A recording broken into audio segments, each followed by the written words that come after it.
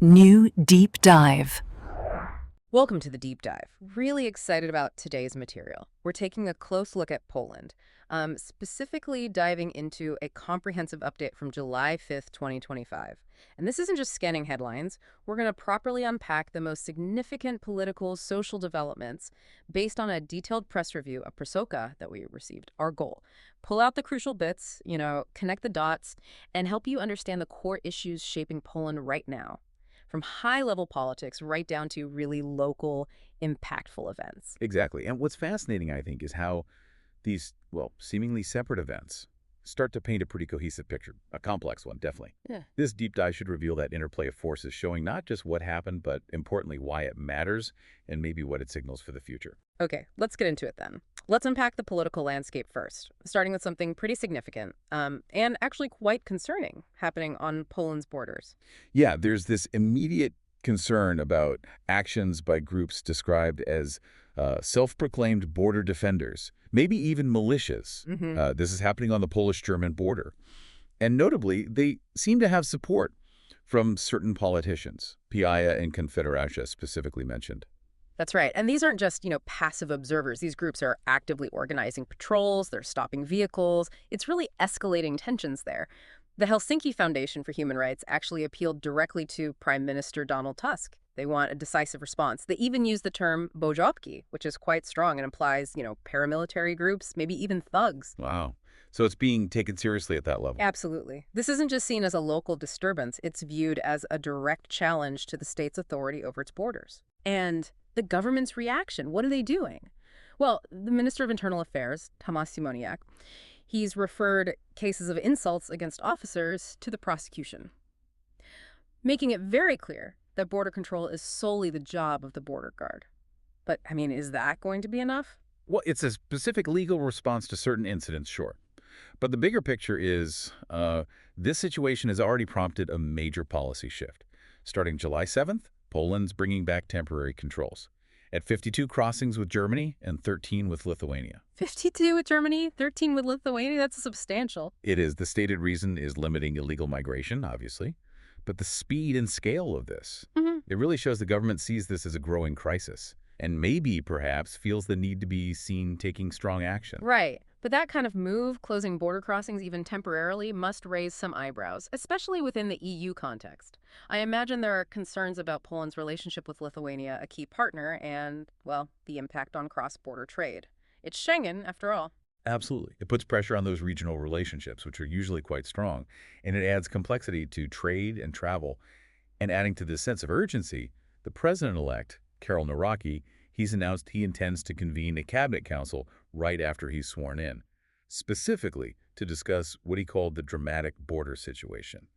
So even the incoming head of state sees this as critical. And you mentioned experts are cautioning about radicalization of these movements. Yes, that's a really serious point. The potential for these tensions to maybe spiral, to escalate beyond the state's direct control, that's an unsettling prospect. Definitely. Okay, let's pivot slightly from those external border pressures to some significant internal political friction.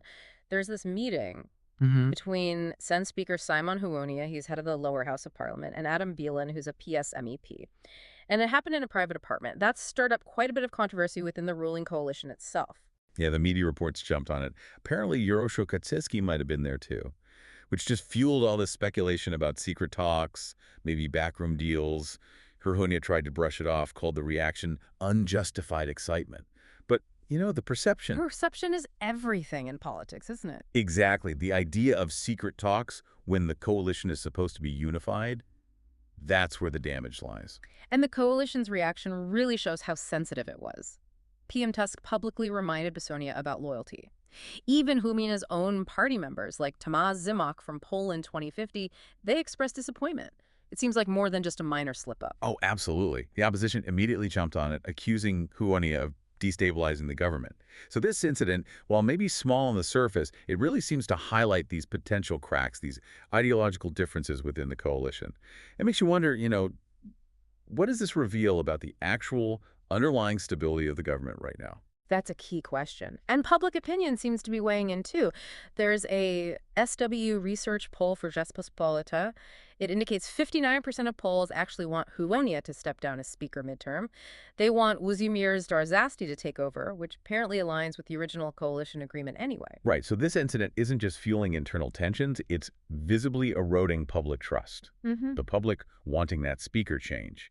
It suggests a deeper concern about whether the government is functioning smoothly, whether those initial agreements are being kept. And this erosion of trust, it's not just abstract. It connects directly to talk of a government reshuffle, doesn't it?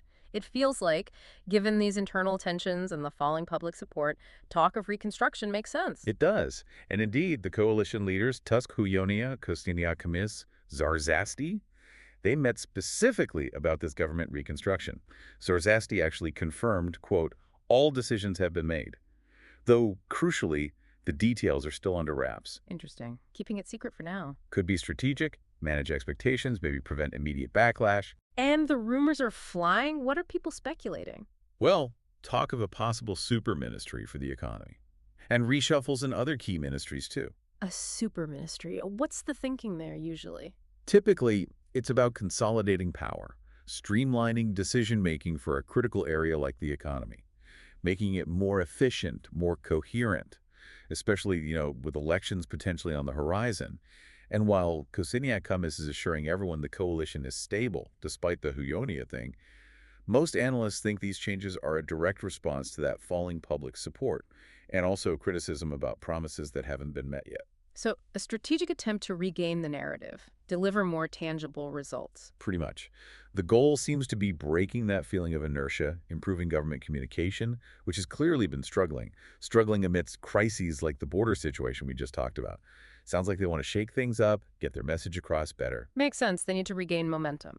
Yes, exactly. Regain momentum and control. Though the irony, perhaps, is that the public, in these polls, seems to be looking for the stability the government was meant to provide. It suggests a disconnect between government action and how the public perceives progress. And the opposition is definitely leveraging that gap. Which leads us right to the public's view. There's a new Iberis poll, again for Rzeczpospolita, and it reveals a pretty significant crisis of trust in Prime Minister Tusk himself. Over 57% of polls expressing a lack of confidence. That's a big number. It really is. And the poll has other interesting rankings, too. Radosław Sikorski is actually leading the trust ranking now. He's surpassed Rafał Trzaskowski, who seems to be losing a bit of support after his presidential election loss. Meanwhile, another poll, ZVOS, suggests President Andrzej Duda is still the most trusted politician overall, and Karol Nawrocki, the president-elect, he's gaining popularity too. So maybe a preference for more established figures or even opposition figures during this period of perceived instability. That could be part of it. It certainly highlights a major concern for the ruling party, civic platform Koalicja Obywatelska. Yeah, that decline in support, even among their own base. It must signal worries about further erosion. What does that mean for their strategy? It means huge pressure to deliver. Analysts are linking this decline directly to, perceived failed reforms, but also these recent controversies like the Hulonia meeting. And what happens is the opposition, PS included, they benefit from this public dissatisfaction. They can present themselves as maybe the more stable option. So, connecting the dots. It shows a public maybe yearning for stability, for clear direction, while things feel challenging. I think so. And it's a clear message to the ruling coalition, that initial honeymoon period. It's definitely over. Right. Now, while all this national political maneuvering is happening, it's so important to remember how these things ripple outwards, affecting everyday lives, sometimes in really tragic ways. Let's shift focus to some significant local events now, which paint another part of this picture. First, a really devastating event. A massive fire in Ząbki near Warsaw. This fire just destroyed the roof and attic of a multi-family apartment block, house to house street. Over 500 residents affected, lost their homes, their belongings. And there's a detail here. Firefighters reported finding unusual objects in the debris, which obviously raises questions about the cause. An investigation is underway. God, that's awful. And the human toll. 3 rescuers were injured fighting the fire. 1 resident needed psychological help. Just highlights the trauma of it all. It really does. The response, though, from the government and communities seems to have been swift. PM Tusk held an urgent meeting, promised aid. The government spokesperson, Adam Szepka, announced financial support. And beyond that, The Polish Chamber of Civil Engineers is now calling for nationwide fire safety inspections because of this. So, potentially a systemic review triggered by this tragedy. That's something, at least. But for those residents, damage assessment is ongoing, they're fundraising. There's clearly strong community unity, which is good to see. Absolutely. But still, so much uncertainty for those who've lost everything. Yeah, definitely. And then another somber story, an update from Karolewo in Sierput County. Mazovian police have concluded their search for two men who went missing back in late May. And tragically, their bodies were found in a forest in a neighboring county, identified through DNA. The prosecution is now investigating the circumstances of their deaths, and crucially, they're not ruling out the involvement of other people. So a criminal investigation is active. Just terrible news for that community. Karolewo must be in mourning. Understandably, residents are organizing support for the victims' families, trying to help them through this awful time. In this case, it got quite a bit of media attention. Led to speculation about motives, which often happens. The police have actually asked the public not to spread rumors, to avoid hindering the investigation. Right. Important to let them do their work. It is. And this tragedy happening in a smaller community, it really underscores the deep impact these events have and maybe the need for more support or prevention efforts in those areas.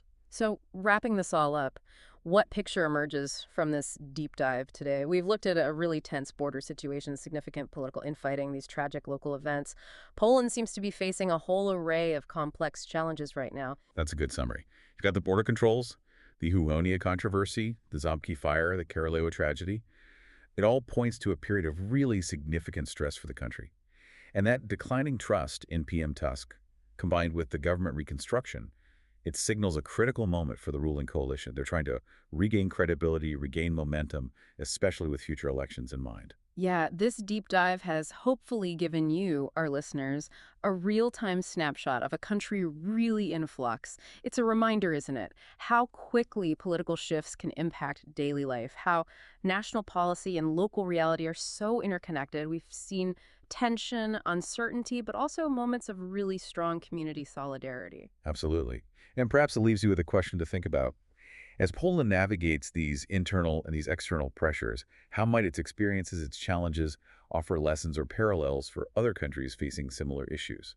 Issues like migration, political trust, societal resilience in, well, a rapidly changing world. A lot to think about there. Thank you for joining us on this deep dive.